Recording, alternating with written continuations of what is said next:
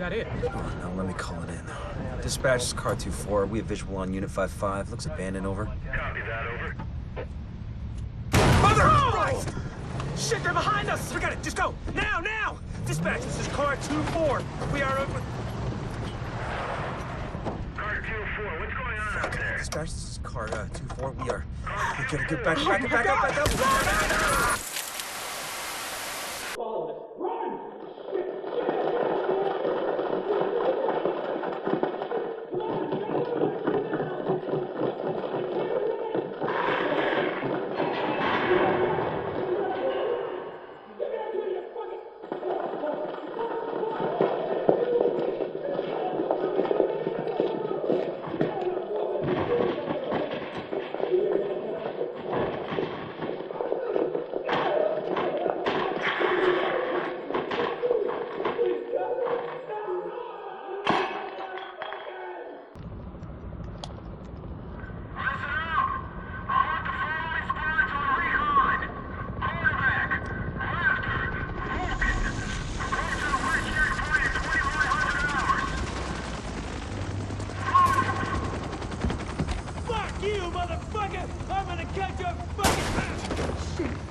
Don't shoot! I want to join up with you guys, I swear. I know things. Take him to the captain. See if he sticks. Roger that. On your feet, you. You will regret this. You there! Hey! Give me that! Soldiers of the Last Man Battalion, this is your commanding officer, Lieutenant Colonel Charles Bliss. There were those among us who were angry when the decision was made to leave us behind. Leave us to die, as some people said. But I looked around at this city, and I saw opportunity. I saw what it had been. And I saw what it could be once again if someone had the guts to fight for it. If there were men willing to go out in the streets and take them back from the degenerates and lowlifes who ruled them now. To do what the cowardly government and its fearful, weak soldiers were too afraid to do. And to cut down all the liars and murderers and thieves who stand in the way of peace. We will not look back. We will not compromise. We will do whatever it takes to ensure a better tomorrow for all those who stand with us. And those who stand against us, may God have mercy on their souls. Bliss out. Tell me we got that. Because God damn it, I'm not doing it a second time. Can't believe the bullshit that went down in the dark zone at the end there. I know. We had it. Everything I told them was dead on. They made us pull out anyway. And we left our dead behind. Yeah, we're not supposed to do that. Hang on a second. Look, we don't leave people behind. We're here to make sure this city doesn't get left behind. But the people we're working with, they're just fine with leaving all of us behind if it's convenient. Look, I don't agree with every decision that's been made, but I am saying it's time to leave them behind. Their model doesn't work anymore. If we're smart, we cut it loose before it tracks us down, before it kills us. You're talking treason. I'm talking common sense. Look around. There's nothing left to save. The JTF is trying to save a Manhattan that doesn't exist anymore. It is all about power now. Power and survival. They are done, but I am not. And you won't be either.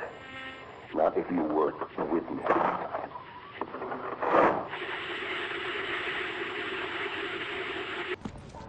One cut. One cut's gonna make you bleed. But one cut don't kill you. One cut just makes a scar. We're gonna fucking fight him! A deeper cut. We're gonna fucking fight him! We're gonna get him! We're gonna... Makes you cry. But you can turn that cry into a roar, or you can turn it into a whimper. That's your choice. I can't So take you it. can choose to be a victim, no matter where you at. I can't take Top of the it. penthouse, in a prison cell, or even free. Roaming your own streets again. Complain about the cold, the rats. Complain about who's in charge. Some people want to stay the victim. They want to cry. I'll give you what you want. You want to be the victim?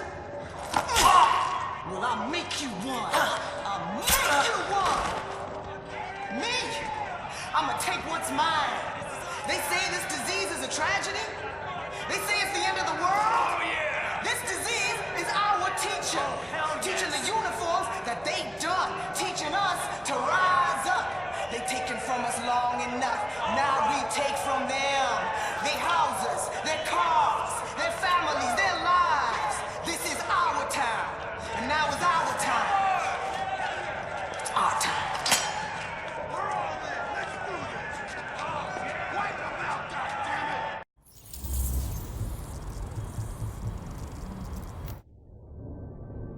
Samples of the original green poison pathogen, the ones we recovered off the currency used as a primary transmission vector, let us take a closer look at the virus's basic genome. What I found was clear evidence the bug had been manufactured. There's genetic material there from a half-dozen other pathogens, bolted onto smallpox to make a more efficient killing machine.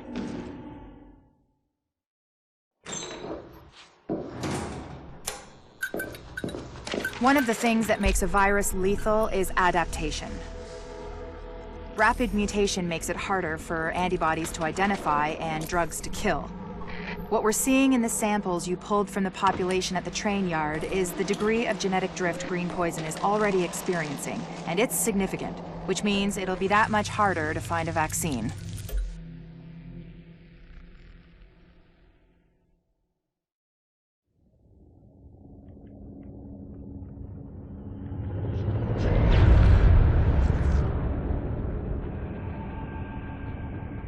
What you're looking at is the smallpox virus.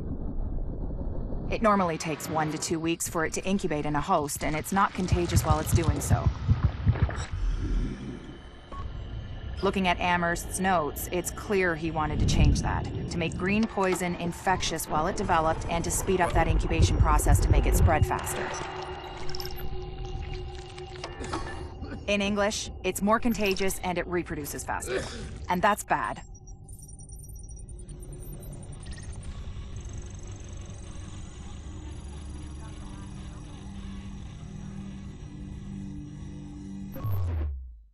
We've got confirmation that green poison wasn't bred. It was coded.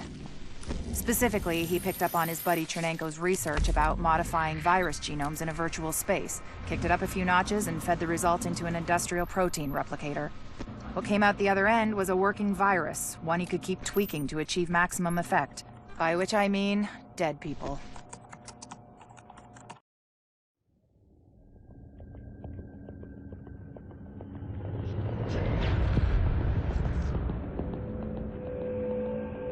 What you're looking at is the smallpox virus, one of the deadliest pathogens on the planet. For centuries, it did a wonderful job of helping keep the human population in check. But times change, and sometimes Mother Nature needs a hand in improving her creations. Like, say, speeding them up a little bit, making them contagious when they should be quietly incubating in a host, or making them more lethal.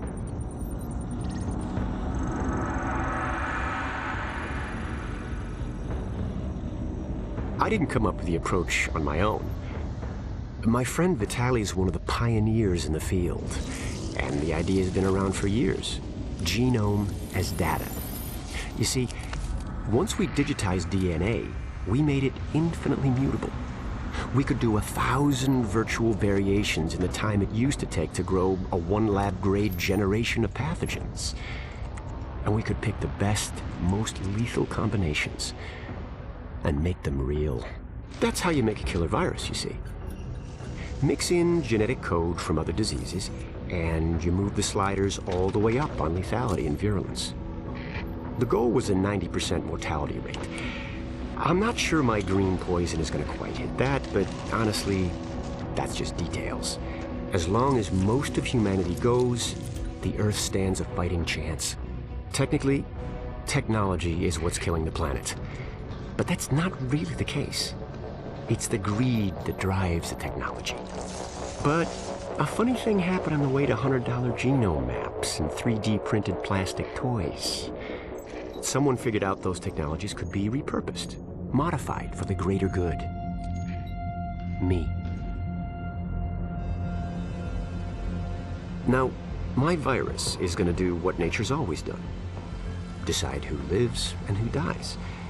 And if nature decides I die, then I die. If nothing else, I'll have a lot of company. Natural selection at its finest, helped along by a little unnatural genetic manipulation. It's all data, really. Life's just a method of processing it. The same way I processed the smallpox genome on my laptop. And who's to say that wasn't the plan all along? If, by some miracle, you survive green poison, then nature's decided you deserve to live. The rest of us shouldn't and won't. Godspeed. I'll see you in hell. This world is our playground now, and no one's here to stop us. God damn it, Bryson! God damn it! Okay, girl. God damn it, Bryson. You just